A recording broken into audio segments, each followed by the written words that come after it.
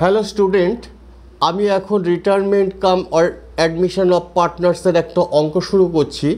এই অঙ্কটা এইবারের পরীক্ষার জন্য খুব ইম্পর্টেন্ট। তোমরা মন দিয়ে শোনো, মন দিয়ে দেখো এবং প্র্যাকটিস করবে। আমি এখন এই অঙ্কটার সম্পর্কে একটু সংক্ষেপে তোমাদেরকে বলে দিচ্ছি। এই অঙ্কটাতে তিনজন পার্টনার আছেন, অনিল, বিমল এবং Charu. Profit sharing ratio 3:2:1। Charu firm থেকে রিটায়ার করছেন, সঙ্গে সঙ্গে দিনেন ফার্মে জয়েন করছেন। ফার্মে জয়েন করার পর নতুন প্রফিট শেয়ারিং রেশিও 4:3:2। অ্যাসেট এবং লায়াবিলিটির কিছু পরিবর্তন ঘটছে। সেই পরিবর্তনের এফেক্ট আমরা পার্টনাররা নেবেন, কিন্তু বুকস অফ অ্যাকাউন্টসে এর কোনো এফেক্ট পড়বে না। এফেক্ট পড়বে না বললে এটা একটু ভুল কথা বলা হয়ে যাচ্ছে। আসলে এফেক্ট আমরা শুধুমাত্র দেখতে পাবো ক্যাপিটাল অ্যাকাউন্ট এবং ক্যাশ অ্যাকাউন্টে। দেখো অঙ্কটার মধ্যে যে পরিবর্তনগুলো ঘটছে সেই পরিবর্তনগুলোর আমি একটা প্রথমে ওয়ার্কিংস করে নিচ্ছি। অর্থাৎ এই পরিবর্তনের ফলে রিভ্যালুয়েশন অ্যাকাউন্টে কি প্রফিট বা লস হচ্ছে সেটা আমি প্রথমে একটু ওয়ার্কিংস করে বের করে নিচ্ছি, তোমরাও আমার সাথে সাথে দেখে নাও। গুডউইল অ্যাকাউন্ট, আমাদের নতুন গুডউইল অ্যাকাউন্টের আমাদের নতুন ভ্যালুয়েশন হয়েছে 50,000 টাকা। আমি লিখছি 50,000 টাকা, আর পুরানো আমাদের ব্যালেন্স শিটে ছিল 10,000 টাকা। অর্থাৎ গুডউইলের পরিবর্তন হয়েছে +40,000 টাকা। সঙ্গে সঙ্গে সানডি ডেটার্সে দেখো আমাদের নতুন সানডি ডেটার্সের ভ্যালু হয়েছে 41,400 টাকা। ব্যালেন্স শিটে পুরানো ছিল 61,400 টাকা। অর্থাৎ সানডি ডেটার্সের পরিবর্তন নেগেটিভ হয়েছে 20,000 টাকা।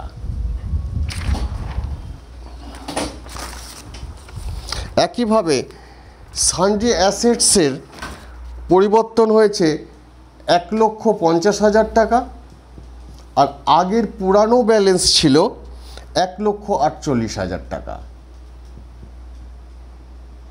সানডি অ্যাসেটসের পরিবর্তন পজিটিভ হয়েছে 2,000 টাকা।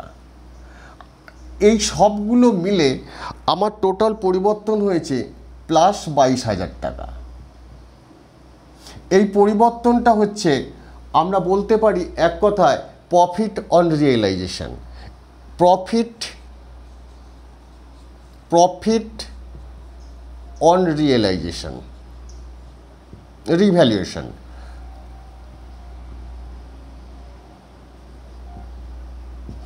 এই প্রফিট অন রিভ্যালুয়েশনটা পুরানো পার্টনার অর্থাৎ অনিল, বিমল, চারু এদের মধ্যে 3:2:1 অনুপাতে আমরা প্রথমে ভাগ করে দেব।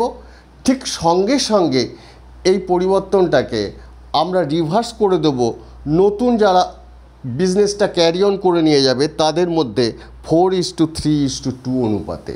দেখো সেই পরিবর্তনটা কি হয় এবং তার জার্নাল কিভাবে দিতে হয় সেটা আমি করে দেখাচ্ছি। আমাদের এই অঙ্কটায় পুরানো ব্যালেন্স শিটের মধ্যে যে সমস্ত বুক ভ্যালু রয়েছে অ্যাসেট এবং লায়াবিলিটির, তার কোনো পরিবর্তন হবে না। তার জন্য আমাদের যে profit or loss on revaluation যে হয়েছে সেটাকে পুরানো রেশিওতে পুরানো পার্টনারদের মধ্যে ক্রেডিট করে দিতে হবে। আমাদের এই অঙ্কে 22,000 টাকা প্রফিট অন রিভ্যালুয়েশন হয়েছে। যেহেতু প্রফিট হয়েছে তাই এটাকে ক্রেডিট করতে হবে অনিল, বিমল এবং চারুর মধ্যে 3:2:1 অনুপাতে। ওই 22,000 টাকাটাকে 3:2:1 অনুপাতে ক্রেডিট করলে ফিগারটা যেটা দাঁড়াচ্ছে আমি লিখছি, তোমরা দেখে নাও। অনিল 11,000 প্লাস, বিমল 7,333 প্লাস, চারু প্লাস 3,667। এরপর সঙ্গে সঙ্গে এই ফিগারটাকে রাইট অফ করতে হবে বা রাইট ব্যাক করতে হবে। এই রাইট ব্যাক করার নিয়ম হচ্ছে যা করেছো ঠিক তার রিভার্স করবে, কিন্তু যে চলে যাচ্ছে তাকে বাদ দিয়ে অন্য পার্টনারদের মধ্যে নতুন রেশিওতে আমাদের এখানে চারু চলে যাবেন, চারুকে বাদ দিয়ে অন্য যে পার্টনাররা রয়েছেন তাদের মধ্যে 4:3:2 অনুপাতে এটাকে আমরা রিভার্স করব। রিভার্সটা করলে যে ফিগারটা দাঁড়াচ্ছে দেখো, নেগেটিভ 9,778 মাইনাস 7,333 প্লাস মাইনাস 4,889। এরপর আমরা নেট এফেক্ট দেখতে চাই। অনিলের কিছু পজিটিভ হয়েছে, কিছু নেগেটিভ হয়েছে। আলটিমেট অনিলের নেট অ্যাডজাস্ট হচ্ছে, নেট অ্যাডজাস্টমেন্ট প্লাস 1,222। এখানে দেখো নেগেটিভ এবং পজিটিভ দুটো ইকুয়াল অ্যামাউন্ট হয়েছে, এখানে কোনো নেট ইফেক্ট পড়লো না। চারু একটাই মাত্র পজিটিভ আছে, নেট এফেক্ট প্লাস 3,667। দিলেন নেট এফেক্ট মাইনাস 4,889। এই ওয়ার্কিংসটা করার পর আমরা প্লেন একটা জার্নাল করব। জার্নালটা দেখো, অনিলকে করব ক্রেডিট, চারুকে করব ক্রেডিট, আর দিনেনকে করব ডেবিট। এই একটা মাত্র এন্ট্রি, অর্থাৎ জার্নালটা হবে দিনেন অ্যাকাউন্ট, দিনেনস ক্যাপিটাল অ্যাকাউন্ট ডেবিট, চারুর ক্যাপিটাল অ্যাকাউন্ট ক্রেডিট এবং অনিলস ক্যাপিটাল অ্যাকাউন্ট ক্রেডিট। এরপর আমরা ক্যাপিটাল অ্যাকাউন্টে কার কী প্রভাব পড়ছে সেই অনুযায়ী আমরা পরবর্তী জার্নালগুলো করব বা তার এফেক্টগুলো দেব, দিয়ে ফাইনাল ব্যালেন্স শিটে চলে যাব। দেখবে অঙ্ক সহজেই এসে যাচ্ছে, কিন্তু পুরানো ব্যালেন্স শিটের যে সমস্ত অ্যাসেট লায়াবিলিটি ছিল সেগুলো যেমন ছিল সেরকমই থাকছে। আমি এখন জার্নাল করে দেখাচ্ছি, তোমরা ধীরে ধীরে জার্নালগুলো বোঝার চেষ্টা করো। এই জার্নাল করার আগে তোমরা পুরানো ব্যালেন্স শিটটা ভালো করে লক্ষ্য করবে, সেখানে কোনো পিএল অ্যাকাউন্ট, রিজার্ভ বা ফান্ড আছে কি না। পিএল, রিজার্ভ, ফান্ড যদি থাকে সেগুলোকে পুরানো পার্টনারদের মধ্যে পুরানো রেশিওতে অ্যালোকেট করে দেবে বা ডিস্ট্রিবিউট করে দেবে। আমাদের এই অঙ্কটাতে জেনারেল রিজার্ভ আছে 38,400 টাকা। এই 38,400 টাকা আমরা পুরানো পার্টনারদের মধ্যে পুরানো রেশিওতে ডিস্ট্রিবিউট করে দেবো। দেখো তার জার্নালটা কি হচ্ছে। জেনারেল রিজার্ভ অ্যাকাউন্ট মানে জিআর, আর ঠিক আছে, general reserve account debit 38,400 to Anil's capital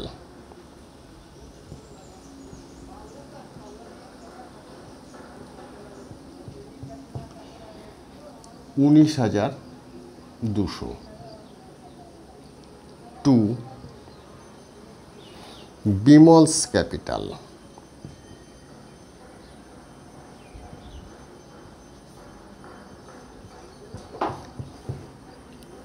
12,800 to Charu's capital 6,400। আমাদের যে 38,400 এই তিনজনে মিলে ব্যবসা করেছে, তারা রিজার্ভ করে রেখেছিল এই টাকাটা পুরানো পার্টনারদের পাওনা। তারা রিটায়ারমেন্ট এবং অ্যাডমিশন হওয়ার সময় এই টাকাটা নিজেদের মধ্যে ভাগ করে নেবে এবং পুরানো রেশিওতে ভাগ করে নেবে। আমাদের 38,400 টাকা অনিল, বিমল, চারু নিজেদের মধ্যে ভাগ করতে কার ভাগে কি পড়লো তোমরা নিশ্চয়ই দেখতে পাচ্ছ। এই ভাগের রেশিওটা হচ্ছে 3:2:1 মানে ওল্ড রেশিও। আমি এখন অন্য আর একটা রেশিওর কথা বলছি, দেখবে অন্য একটা রেশিও নয়, অন্য আর একটা জার্নাল করছি। আমাদের দিনের নামে নতুন ছেলেটি যখন জয়েন করেছিল সে 32,000 টাকা আমাদের ফার্মে ক্যাশ হিসাবে নিয়ে আসছে। এর জার্নাল অত্যন্ত সহজ জার্নাল। নেক্সট জার্নাল হচ্ছে ক্যাশ অ্যাকাউন্ট ডেবিট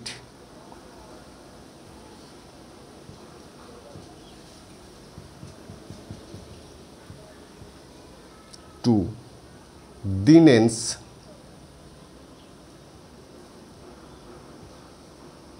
ক্যাপিটাল 32,000। এটা আমাদের কোনো চিন্তার দরকার নেই।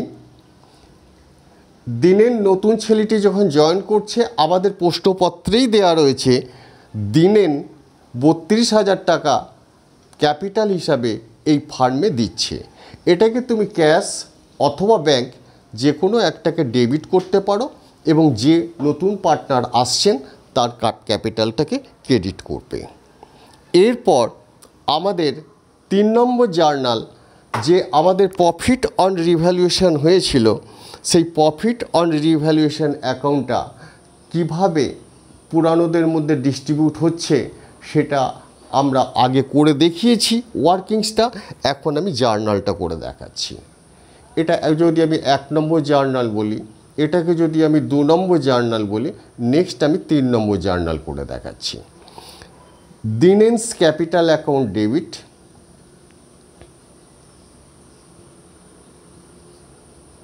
দিনেন্স ক্যাপিটাল অ্যাকাউন্ট ডেবিট যেটা আমরা ওয়ার্কিংস করেছিলাম 4,889 টু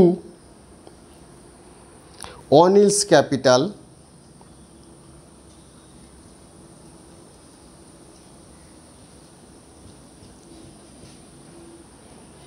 1,222 টু চারুজ ক্যাপিটাল।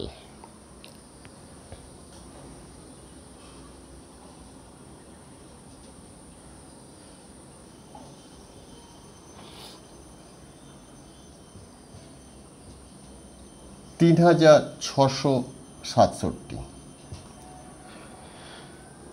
দেখো এই ওয়ার্কিংসটা আমরা করেছিলাম, সেখানে তোমরা দেখবে দিনেনের ক্যাপিটালে ছিল নেগেটিভ, অনিলের ক্যাপিটালে ছিল পজিটিভ, চারুর ক্যাপিটালে ছিল পজিটিভ। এই তিনজনের মধ্যে যাদের যাদের ওয়ার্কিংসে এফেক্ট ছিল সেই অনুযায়ী ওই ওয়ার্কিংস দেখে দেখে আমি লিখলাম Dinesh capital debit 4,889, Anis capital debit 1,222 এবং চারুস ক্যাপিটাল 3,667। এই ট্রিটমেন্টগুলো করার পর ক্যাপিটাল অ্যাকাউন্টে পোস্টিং করা হবে। যদি ক্যাপিটাল খোলা হয়ে থাকে ক্যাপিটাল অ্যাকাউন্টে পোস্টিং করার পর সবার ক্যাপিটালের নেট ইফেক্ট বার করতে হবে এবং বার করলে দেখা যাবে যে চারু আমাদের এখান থেকে চলে যাচ্ছে চারুর টোটাল পাওনা হচ্ছে 38,667। এটা ক্যাপিটাল অ্যাকাউন্ট করলে বা এমনি এরিথমেটিক্যাল ক্যালকুলেশন করলেও এই ফিগারটা আসবে। 38,700 টাকা চারুর পাওনা। এই 38,700 টাকা চারুকে ফার্ম দেবে।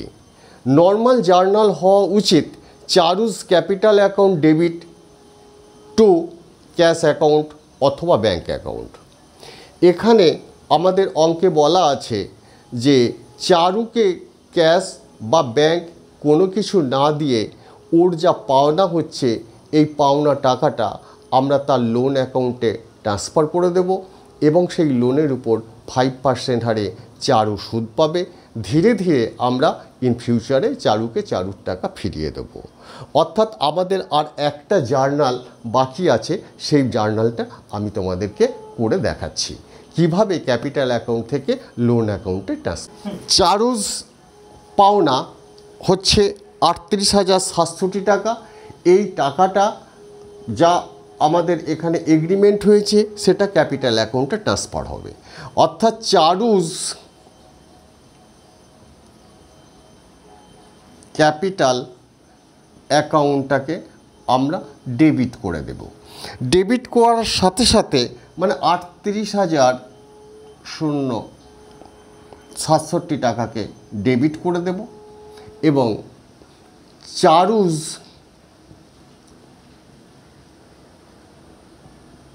লোন অ্যাকাউন্টকে ক্রেডিট করে দেব 38,067 টাকা। ন্যারেশনে লিখবে amount of Charu's capital transfer to Charu's loan account. এখন 38,067 টাকা কী করে এলো এটা আমি একটু ছোট্ট করে তোমাদের জন্য ফিগারটা লিখে দিচ্ছি। দেখো, চারুর 28,000 টাকা ছিল শুরুতে, এরপর চারু 6,400 টাকা পেয়েছে, এরপর চারু 3,667 টাকা পেয়েছে। আমরা সবগুলোই জার্নাল করেছি। এই ফিগারগুলোকে যোগ করলে 38,067 টাকা হচ্ছে রিটায়ারমেন্টের ফলে চারুর এই টাকাটা পাওনা, এবং চারুর এই টাকাটা চারু না নিয়ে লোন অ্যাকাউন্টে ট্রান্সফার করছে। ক্যাপিটালটা ডেবিট হলো, মানে আমাদের ফান্ড থেকে চারুর ক্যাপিটাল সম্পূর্ণরূপে ডিলিট হয়ে গেল, তার পরিবর্তে লোন অ্যাকাউন্ট দেখা দিল, ব্যালেন্স শিটের লায়াবিলিটিতে লোন হিসেবে দেখা দেবে।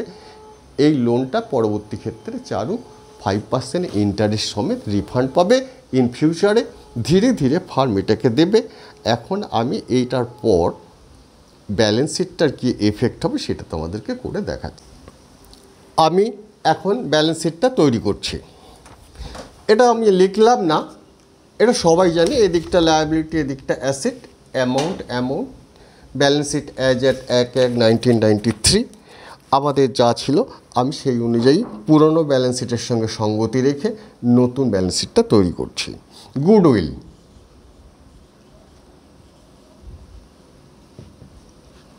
10,000 টাকা। Sundry assets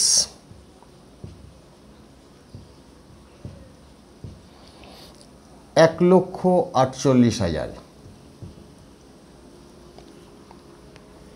sundry ডেটার্স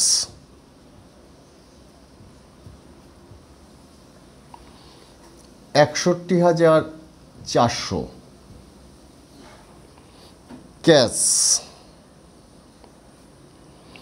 32,000। Total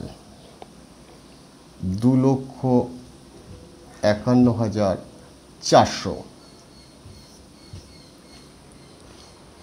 capital account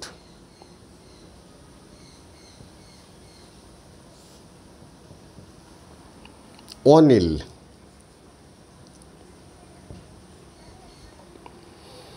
65,000 ছিল,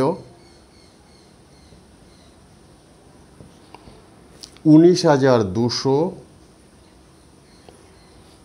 প্লাস 1,222 মিলে হয়েছে এই 85,222 টাকা।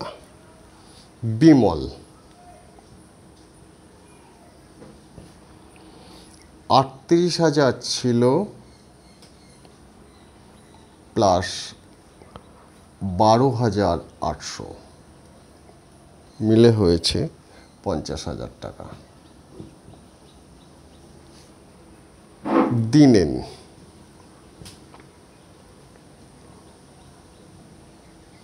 32,000 টাকা নিয়ে এসেছে, ডেবিট হয়েছে 4,889, আলটিমেট এফেক্ট হয়েছে 27,111।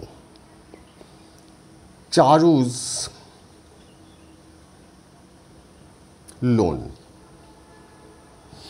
এখানে ট্রান্সফার হয়েছে 38,600, 38,067। Sundry creditors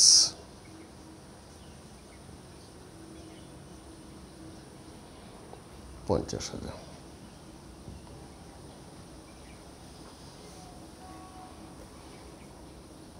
2,51,400। ব্যালেন্স শিটটা লক্ষ্য করো, এখানে শুধুমাত্র পরিবর্তন ঘটেছে অনিলের ক্যাপিটাল, বিমলের ক্যাপিটাল, দিনেনের ক্যাপিটাল। আর চারুর লোন, ওর ক্যাপিটালটা চেঞ্জ হয়ে লোনে গেছে, লোনে এসেছে। আর পুরানো যা ছিল ভালো করে লক্ষ্য করো, সানডি ক্রেডিটার্সে যা ব্যালেন্স ছিল সেম আছে, গুডউইলে যা ব্যালেন্স ছিল সেম আছে, সানডি অ্যাসেটসে যা ব্যালেন্স ছিল সেম আছে, সানডি ডেটার্সে যা ব্যালেন্স ছিল সেম আছে।